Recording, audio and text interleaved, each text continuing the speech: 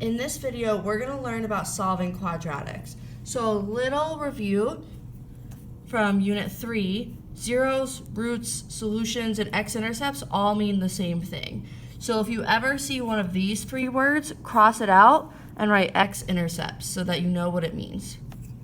All right, so our first step is to make the trinomial equal to 0, and then just from Unit 7, remember we use polysmelt in order to find factors. So now we're kind of doing the opposite and we're solving. So I'm going to make this equal to 0, and then I'm going to go through that same process that I would. So I'm going to find my greatest common factor, which is 1, divide it out, and now I'm ready to go through the apps.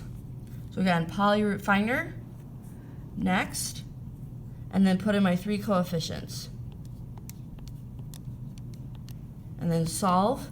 So I am solving here, so I'm not going to change the signs. The only time we change the signs is when it says factor, but when it says solve or it says x-intercepts, we need to keep these signs. So I have 3 and -1. So I'm going to write my answers like this. X equals 3 and -1. So, but what if it's not equal to 0? Then we have to make it be equal to 0. So I need this 5 to go over here in order to make 0.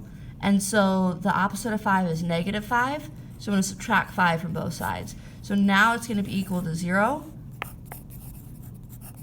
And then 15 minus 5 is 10.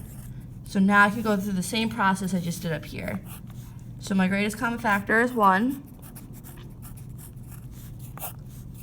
So x squared, 1x squared, minus 7x plus 10 is equal to 0. And now I can go through the calculator steps. So again, polyroot finder, 2, next, put in the 3 coefficients, 1, -7, and 10. Solve. So I get 5 and 2. Remember, we're asking for solutions or x-intercepts here, so we're not changing the sign. So it's just x equals 5 and 2.